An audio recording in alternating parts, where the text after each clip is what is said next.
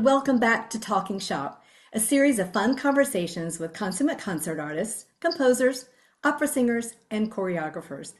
Today, I'm so excited to have my dear friend Katya Kramer as my guest. Katya is a dynamic and versatile musician, captivating audiences as a pianist, recording artist, and educator.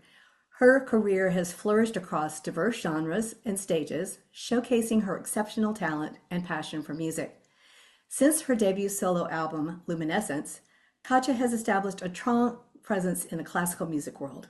Her recordings, spanning from romantic piano works to contemporary compositions, are available on major streaming platforms. Notably, her recent interpretation of Tchaikovsky's children's album has garnered critical acclaim. Katya's concert appearances have taken her to prestigious venues worldwide, including the UNESCO headquarters in Paris, the World Bank and International Monetary Fund in Washington, D.C., and major concert halls in Taiwan, Europe, and the United States. She has also performed as a guest artist at renowned musical festivals, such as Piano Fête in Vashon, Washington. Her early talent led to performances at the Moscow State Conservatory at just age 13. Beyond her concert performances and recordings, Katya is committed to nurturing the next generation of musicians. She offers private piano lessons and participates in remote educational projects worldwide.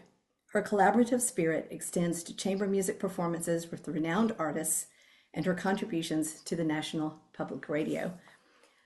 I know Katya personally from working with her on recording some of my piano works. She does such a marvelous job, and I really love the friendship and professional relationship that has developed between us. We love working together, and she's just an incredible interpreter of new music as well as of traditional composers. And you can find all of that on her on the Oclassica website on her artist page. So, Katya, thank you so much for making time in your busy schedule to be with us today. Thank you, Lisa. I'm so excited. Thanks so much for the introduction. Absolutely. Delighted to be a guest. Well, it's wonderful to have you. So Thank I'm you. going to start as with the same question I ask all of my first-time guests, and that is, what does being a pianist and a recording artist and an educator mean to you on a personal level? Right. It's a great question, first of all. I've been thinking about it a lot. And, I'll be honest, and I would say it's everything. Everything that I have. It's an outlet. It everything that I go through in life, every element, every moment, every aspect of my life, I could bring into the music. When I perform live, when I record, when I teach. It's a creative process. I find inspiration in everything that surrounds me, and I'm blessed to be able to transform that into the music that I work. Yeah, I I love think that that. would be the major. Thank you.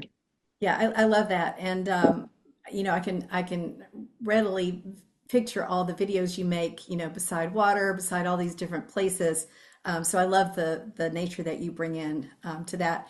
And one of Thank the, you. the things I love about when I was researching you, you said that music is a language of emotions. How did you fall in love with the piano? What's your story, and how did that instrument become a mechanism for you to express that emotional language? Thank you. That's a great question too. Well, I started playing when I was little. Um, 3 and 5, I was at the school of music back in the former Soviet Union, school for gifted children, taking lessons and participating at the institution, working on the piano, professionally. I love piano because it's such a great instrument. You can really express all different kinds of music in it, as far as pieces that were originally written for different instruments could be transcribed to piano. And, thus I could share pretty much everything on this one instrument. It doesn't have to be, I mean, as much as I love chamber music, I love performing chamber, I could be by myself, complete with this one instrument. Yeah, I love that because I talked to several artists, and some Mm, of them start out with piano and then they fall in love with another instrument. And so, hmm and hmm also since I'm a pianist myself, I'd Right, love to hear other pianists' perspectives on what the instrument brings to them. right. So Hmm. And you mentioned transcriptions. I really am fascinated by this process. I'm a Thank you. composer, but to me, Yeah. transcribing is an entirely other world. It And is entirely I different. Yeah. haven't, it's a challenge I'm going to give myself one day, but I'd love to hear you talk about your process in transcribing, and also do you approach transcriptions differently than you do, say, learning a new piece? I mean, I guess it's obvious because Hmm. you're kind of Yeah. improvising. Yeah, Yeah, talk about yeah. that. There's a lot to it. I mean, first of all, let's talk a little bit about transcription as a genre, right? Yeah. So I always think back, let's imagine ourselves back in Europe, 19th century, where piano was status code, like because, people didn't have YouTubes or entertainment otherwise, right? So every good family would have a really, nice piano in the house. And so typical entertainment would be gathering and making music Mhm. together, reading freshly written transcription of like Schubert symphony, So a young man and young woman, typical date would be, to sit at the piano and read through this piece. And there it is, and then the audience would listen. So that really goes back that far. And we know Franz Liszt was the one who started this whole genre. He was arranging pieces, and so the genre became so strong, powerful on its own, right? Hmm. And Hmm. continues to grow and develop. Yeah. So that's one thing. Then I would, excuse me, I would say that uh, perhaps transcription. While I work on transcription, um, I usually study the original score first. Okay. So that I have an idea. Okay, this is flutes. This is, if it's a symphonic piece, I have a overview of what's happening, and then Hmm. I could, better understand the concept, style and everything, as opposed to the piece that's written, originally for the piano. Right. Right. And so the idea would be to try to really, celebrate the piece on this one instrument, but incorporate everything that's been, inserted into the piece as far as, different instruments That's that really challenging. otherwise would play that. Yeah, that's challenge. I like challenge. Yeah. Yeah. Yeah. Yeah. And I view I guess everyone says, well, the piano is actually kind of an orchestra in and of itself. So It to me, it is. makes perfect sense that someone with your abilities would Thank you. gravitate to, transcribing orchestral pieces on the piano. And I love your thought process of identifying different instruments, and then thinking about, how you're going to incorporate that into the transcript. How is the piano going to not replicate, but maybe represent that instrument? Is that Hmm. a better way Yeah, to say it? blend in or whatever we can do with that, Yeah, yeah. So. Um, is that a is that an arduous process for you? Is it something? What attracted you to doing that in the first place? I Uh-huh. mean, you wanted to bring everything to piano, but Yeah, yeah. I yeah, wanted to be able to play, I don't know, Tchaikovsky's Sixth Symphony, but yeah, I couldn't, right? I okay, couldn't do the whole thing. fair And enough. then Yeah. there is audience. I feel like there's a very strong connection between an artist and the audience as far as, Hmm. I want to be accessible. I want to really connect music, through my piano, through my ability to share music with perhaps non-classical audience as well, and something Yeah. that would be familiar yet, you know, let's think not every person would be privileged to listen to orchestra in the hall, Right. right? So here I am with transcription of symphonic work, chamber Yeah. work, Yeah. right there, the private setting or whichever engagement there is, Yeah. Yeah. representing that music that otherwise would be on, CDs or, performed big orchestras and require lots of accommodation to perhaps attend. Yeah, I love that because I think making it accessible is so important, especially in today's world. And I'm thinking immediately of your transcription of Nessun Dorma, which I listened to just Thank you. yesterday when I was preparing for this, and I'm just like, Thank you oh, just so much. I love the voice, but the way you transcribed it to piano was just so beautifully Thank you. done. That was Yeah. spontaneous. Actually, I brought it at the concert in Tallinn, Estonia last December. Just came across the aria. I was performing it with a beautiful soprano and colleague. Tasha Cohen's, and in DC last year. And I thought, well, we don't have soprano here, and it's such a gorgeous music, and people love it so much. Yeah, Why not, absolutely. putting it on Yeah, in? yeah. Um, I'd love to dig into a bit into improvisation. Does that play a major role in your ability to transcribe? Oh, good question. Yes and no. Okay.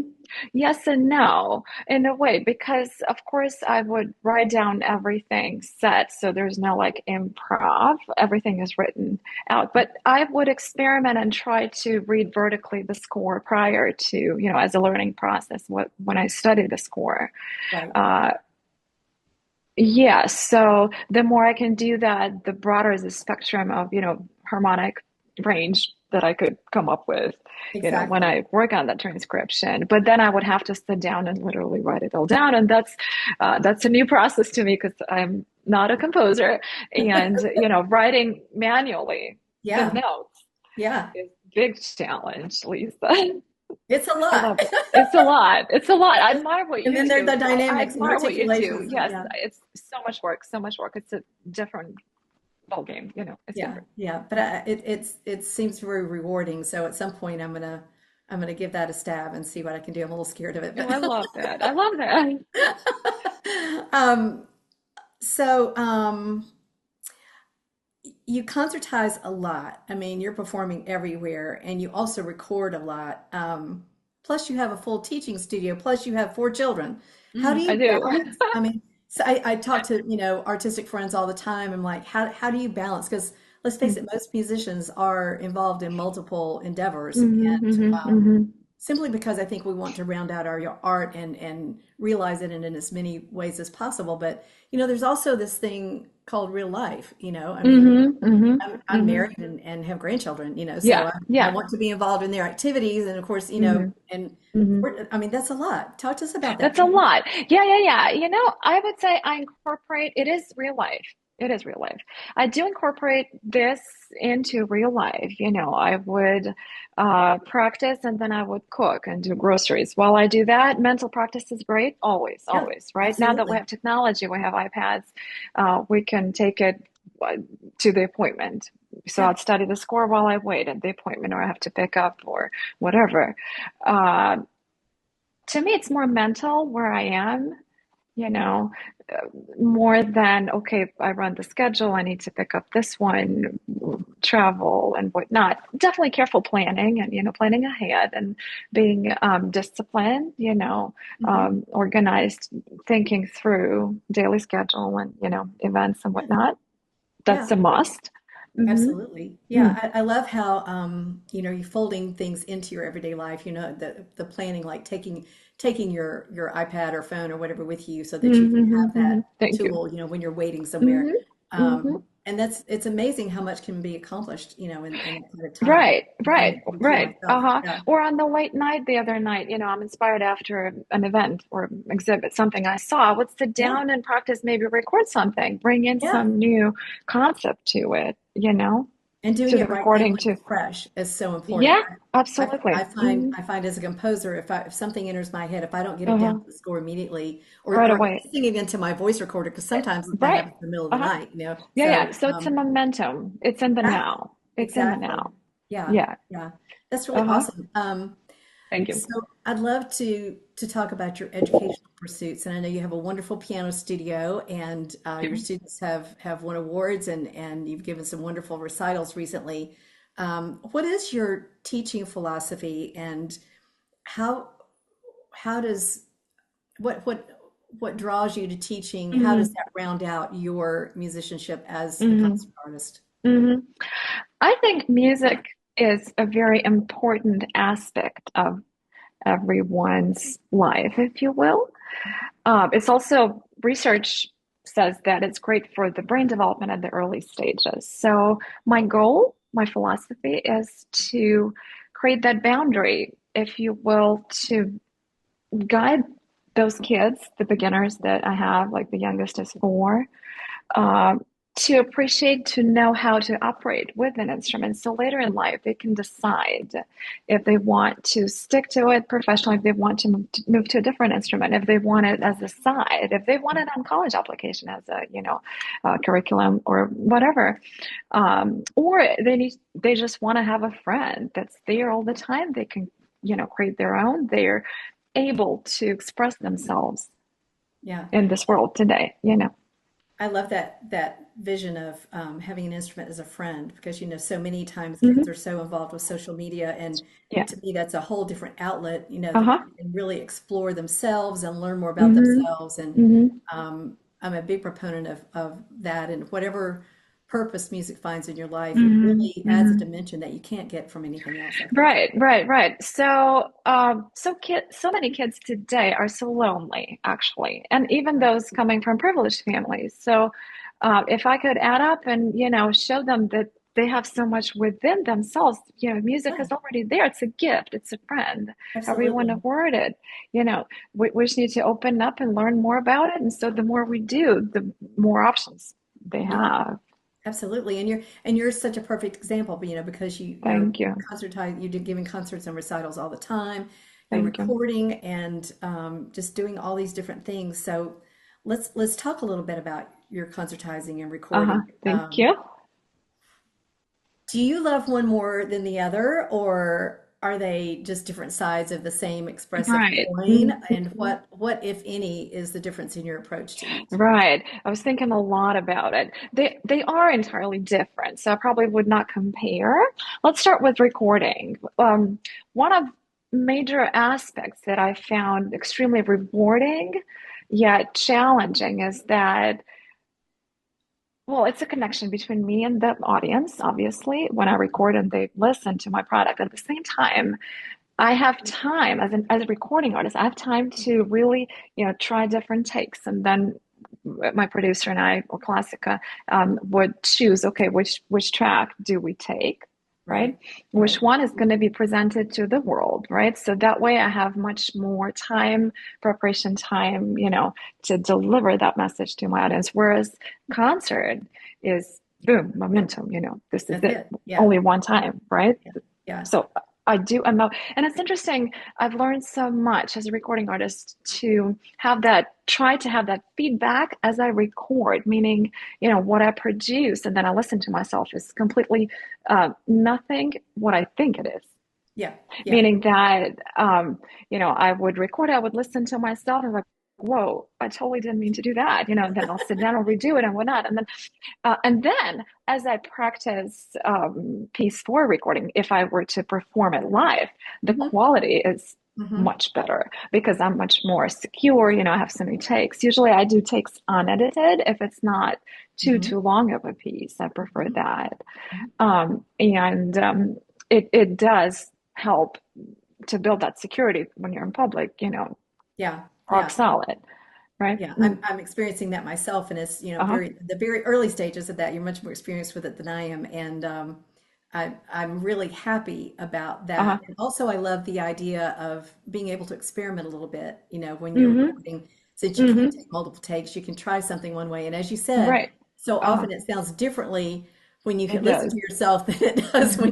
when you're Yeah. playing and you think you've done Hmm. something. So, but Hmm. that's a wonderful way, I think, to expand your art, and that way, then you have a much more robust ability to present to your audience in a So concert. yeah, yeah, that I would highlight that. Yes. Yeah, yeah, absolutely. Hmm. So I think, and you're doing a lot of both, so I can see how they feed each other a lot.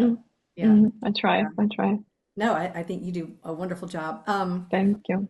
You were the top classical pianist on Classical Records. How would you describe your style? I mean, you obviously appeal to a large audience, and you record traditional classical works as well as new works. So, do you feel like you have a particular style? And of course, I know that varies with the style of the composer and your interpretation, but what is that? How would you describe that? And why do you think your music is so appealing to the Thank you so much today's for saying that. classical piano audience? Yeah. Thank you. Thank you. Well, I have to say that I'm blessed to have such a luxury, this beautiful piano, Yes.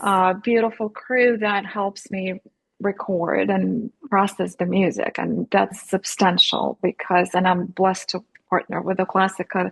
They're so ahead. They provide this instant connection with the audience, with classical audience and with non-classical audience. Beautiful insight as far as, taste and, how we collaborate and choose pieces that would be great to release, or compilation is the term that I came across recently. And this is not a solo album, but this is a bunch of pieces put together, different styles, Yeah. that we send to the world. And then we get that response from the general audience. That's a fantastic way to reach out to broader audiences through compilations. I love that idea because then everybody can Uh-huh. find a piece that maybe That they've. they want. Yeah, exactly. Yeah. So probably that would be the main thing. Yeah. hmm So when you're transcribing, let's apply the style question to that. Do you have a hmm particular style when you're transcribing a piece? Are you Uh-huh. more to replicate the composer's intention? Are you adding a little bit of your own style in the I'm process? adding a little bit of my own. I feel like today crossover is great, something jazzy, something that would appeal to younger audiences as well, something that would actually make the, you know, box music, for example, sound a little bit more, added today's style and Yeah, element. Why not? Why not? sure. And a lot of pop songs have included, And a pop lot of pop music. songs. Yeah. Yeah, yeah, yeah. Yeah. Why not? Just to see totally different, people would come to a concert, I would play it as an encore or in between. It's like, oh, wow, I know this piece. I Yeah. like it the way you did it. Wow, I want to, Yeah. and so Yeah. we go. Yeah. Yeah. I love that too. Mm, Um, you've recorded several of my pieces so beautifully, and you're such thank a you. pleasure to work with. I mean, I really Same here, love same how here. I we was work delighted. together. Yeah, I loved I'm it. I always loved it. excited too. I love it too. So, what would you describe? How would you describe your process in learning a new piece? And is it different when you're recording a new, like a contemporary piece, hmm a composer like me, or several other composers you work with, than if you're, learning a Tchaikovsky piece or Uh-huh, uh-huh. Rachmaninoff or something like that? Yeah, great question. It's a luxury to have you, Lisa, present here because we can communicate, we can really exchange ideas. Like I get a chance to learn about you in a daily life and everything. And um, in terms of learning process, I would carefully study your music, not only the piece that I'm working on, but I would listen to your other pieces, other works to understand better the language. And I do need time to process, to understand your language and the way you write the score. Of course, communicating with you and getting all the ideas and insights from you directly, priceless, always. Thank you so much. Thank you Thank so you. much. Such a joy. So trying to come up, do my best, as far as, putting into what I can because you were here, you're giving me those directions or, thoughts, fresh thoughts right away, as opposed to Tchaikovsky, who's not no longer with us. And we Yeah. have to, and I love the concept of nature and, how important this element is in daily life and how very appealing, accessible to the audience and beautiful your pieces are. And, it was such a delight to work on them. I want you to know that. Well, thank you, and it's wonderful, and I'm very proud, of the work that we've produced together, and just Yeah, me too. what I love about working with you is that you're open to hearing the story of the piece, my suggestions, and I obviously want you to add your own interpretation as an artist, but hmm also you're very intent on getting my intent, in writing the piece and kind hmm of, what it's about, and then you just add so beautifully to that process. So I love Thank that. you. Um, but you learn these pieces so quickly. And it's like, you're talking about taking time to assimilate, and I love that you do Yeah. this. So is it I a, yeah, go go ahead. ahead. hmm Is it a, I'd probably say I love to sight read. I love to read. I love to yeah, read. I love to sight read. I love to do two pianos. One, I love to read, and that's one of those I guess, qualities that the more we do it, the faster we learn on Right. average overall, right? Yeah. Yeah. So the more we can accommodate, the faster we process, Yeah. right? Yeah.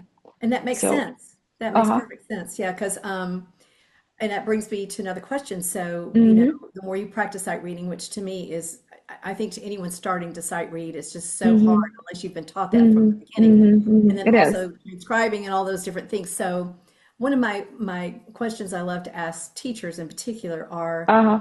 um, what are the skills you feel are most important? Because in my experience, and I think in a lot of Mm-hmm. people's experience, especially with piano, Mm-hmm. um, we're just taught the notes, and you have to learn Mm-hmm. this piece by Bach, this piece by Beethoven, all of these, Mm-hmm. standard Mm-hmm. curriculum. Mm-hmm. Um, and there doesn't seem to be as much focus on incorporating theory into the piano lesson, All right. incorporating improvisation into the lesson, incorporating, sight reading, as you Oral say, skills, yeah. Mm. oral skills, all of those things. Can you talk to us a little bit about that? What are some of the essential things that should be folded in? Thank you. That's a great question. And this is something I try to incorporate to my even super very young kids, learning notation, a little dictation, perhaps, a little ear Yeah. training, and a little bit of that. I mean, on a more advanced level, I would say reading vertically would be fantastic. Trying to read like not two, but three lines, open the Yes. score and read like first page of an overture or something orchestral and see how much you can put together and read at the same time. Great tool. Yeah. Works perfectly. Really In the challenging too. meantime, I do agree that we just need here more theory, more, oral skills and ear training, standard things you and I perhaps went through earlier Mhm. in stage. Yeah. It just needs to be incorporated, Right. And otherwise. and Mm-hmm. to me there were piano lessons and then there's theory class and there's oral skills Mm-hmm. and there are all these different parts of it Mm-hmm. Mm-hmm. and they never met up together. They never had They coffee don't. together. No, they don't. No, they They never don't. had a conversation. And I think it would Mm-hmm. have been so much easier Yeah. to have that. So I really love your Uh-huh. approach in teaching that from a very young age. So that seems I more try. natural to them. I Yeah. try. Yeah. Kids don't love theory so much, so we do little motivational, treats, and we try to make it, Yeah. rewarding and interesting and whatnot, because it does matter. Yeah, and you can see the progress, and you can see the result pretty much right away. Yeah. And I think 2 weeks, once they couple kind weeks. of get into it, they start maybe to have some fun with it or Yeah, something. yeah. Yeah. Yeah. hmm That's Oh, really visual awesome. helps, of course, and we Well, of course. come up with and stories and whatnot. hmm Um, I love that you do so many philanthropic concerts. Can Thank you you. tell me what got you interested in doing that and give some examples of some of the things? I know you did hmm a concert not too long ago to raise funds for Ukraine. And, hmm hmm let's talk about UNESCO, all of these different things. Tell hmm me what part of your Yeah. music life. Yeah. Now I approach it more like, again, we're coming back to not all of us are privileged to go to concert hall and pay so much money to listen to classical concert. hmm Yeah. I would like to reach out to whoever I can. And if there's an opportunity that, it's a hospital, it's a hospice, it's a childcare, it's an elderly community. I would love to reach out through my music and have them, enjoy that, have that full experience. It Yeah. should not be priced out so that, some folks cannot afford it and regret it and whatnot. hmm So whenever I can accommodate and Yeah. there's a cause, we're trying to make it happen. Yeah, yeah. So it helps support that cause financially It's and a also community. Yeah. yeah, and then just gives joy to, maybe children in hospitals or people in All hospitals or right. Yes, yes, different yes. And it's community. It's a reach out. It's a community. It's bringing us together to appreciate exactly. music. Making it more accessible. Making it more accessible, educating, if you will, Yeah, communicating through. yeah, absolutely. Today where things are so fast when, it's chaotic no matter where, right? Exactly. To be able to put it together, and present it, grateful, Yeah. grateful. I think there's such an opportunity there because we've gotten so kind of overrun with this fast-paced world and just all the sound hmm bites and too hmm many people are longing for more of a connection. And that's, when I started and I loved that quote, music is a language of emotions. And I think that offers that Thank connection, you. and also referring to your comment as the instrument as a child's friend. I think those Hmm. are sort of two really huge touch points that Hmm. are missing today and that people are Hmm. longing for. So Hmm. I love that. Hmm. Thank Yeah. you. Thank you. Yeah. So, gosh, I always hate it when things get to the end. But Yeah. tell me some exciting things that are coming up for you. Okay. Coming up really soon is a new album by Estonian composer Arvo Pärt, who turned 90 years old this year. Wow, wonderful. He writes a lot of music about nature. Hmm. I'm thrilled. And so Oclassica will be releasing the album containing his pieces. I'm super excited. Great. It's coming up really very soon. I can't wait for that. Thank you. Well, probably our listeners are probably going to hear about that after the fact, but still, that's going to bring their Yes. attention to us. That's Yeah, wonderful. yeah, yeah. No, we're super excited, creating the cover now and, experimenting with, Yeah, how it's going to go that's up. fantastic. So, I love mhm. his music. It's just so profound and really, really touching and inspiring. So I have one last question for you. What advice would you give someone who's thinking about developing an artistic career, um, or just wanting to learn to play an instrument? Any type of advice you'd want to give in that area? Uh-huh. To create, never stop creating, even from small things. Never stop getting inspired, being open to everything, Hmm. accessible, be kind, Hmm. always to Hmm. everyone, accepting patient, find this inspiration. I don't know, piano airport, the crowd.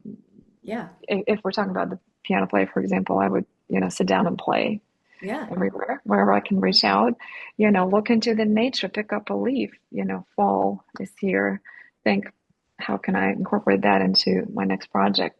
Being open and I'd say, I wouldn't say I'll say this, letting go in a good way, not trying to be so really narrowed into, I have to complete this project by such and such date. And if I don't do that, I won't succeed. But being open, letting go, okay, whatever comes. Yes, I have my ideas. I'm working towards such and such.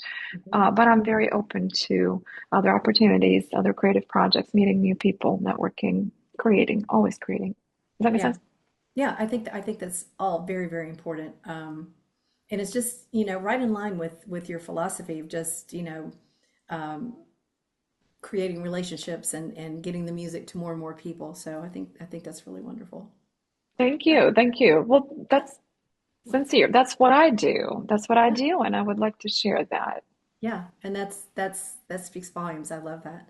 Thank Thank you so you. much for your time today. Thank you. Thank you. I loved it. Thank you so much. Thanks for having me. Delighted. Absolutely, I hope absolutely. everyone's having fantastic holiday season coming up. That's right. That's right. That's Thanksgiving is Getting colder. Uh-huh. yeah, it's Okay. upon us all of a sudden. Yeah, Absolutely. yeah, yeah. Wishing you the same, and thank you so much Thank you. again. Yeah. Thank you. All right. Well, And see you. thank you everyone for joining us again for another episode of Talking Shop, and we'll look forward to seeing you again next time.